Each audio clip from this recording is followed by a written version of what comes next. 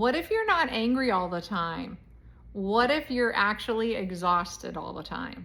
Hi, I'm Dr. B. Mom rage is often burnout, just wearing a different outfit. Most moms don't want to be angry. Some of that is coming from early intergenerational parenting patterns that happened long before they became parents, but more so from how they were parented in similar moments to the moments that they're parenting in now. So think about this. If you're parenting a child and all of a sudden this loud snapping or yelling voice comes out of you that you said, I'm never going to say that. I'm never going to yell at my kids. If you feel that coming out, that's an activation, that's a reaction rather than a regulated response. And that reaction is coming from old stories related to your own parenting, but it's also hooked up to burnout, overwhelm, and exhaustion. So we need to really look at the whole big picture and system and how it works together. That the reason we react isn't because we're just exhausted or just overwhelmed. The reason we react is our guard is down because we're exhausted and overwhelmed. And instead of being able to find our regulated response that we want to say, that we believe that we would say, the old voice from our childhood when we were a kiddo pops out, and nobody's more shocked than we are when we yell at our kids in ways that we said we never would and don't want to. So let's tackle that. Here's the hard thing. Before reacting in the moment, ask yourself, how do I want to respond to this situation? Okay, that's not an easy thing to do. So in certain situations where you can, take a breath, walk away, and ask yourself that question. Because most situations aren't dire. You will survive, they will survive. So you can take a breath, breathe in, breathe out, and say, what do I really want to say about this? What is the lesson that I want my kiddos to hear in this moment?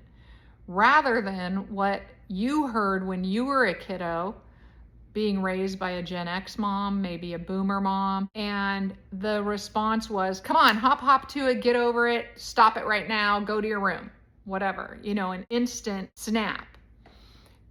Take a break. I actually created a really cool app for this, and it's called the Mama Voice Reset app.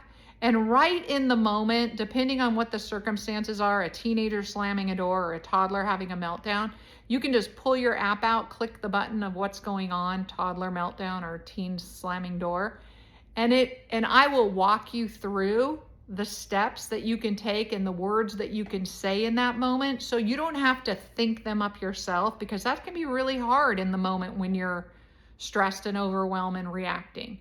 But when you practice this and you do this more and more and more in a lot of different situations, because there's lots of options, it becomes easier. There's also like listening files, so you can literally hear my voice tell you, okay, how about try this and say this in the moment.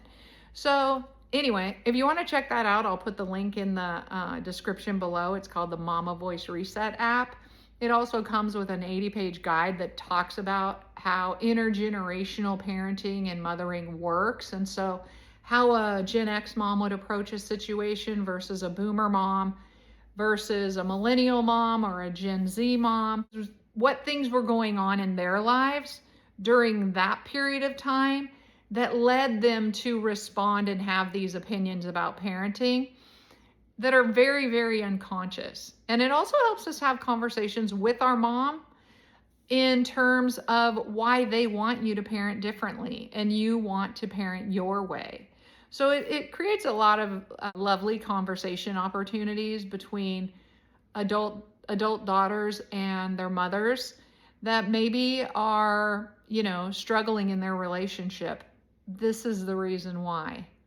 So we can start to really elevate the unconscious to the conscious, and whether they can participate or not, if you can, then you really can change the trajectory of your children's lives and what you want to put forward in terms of parenting.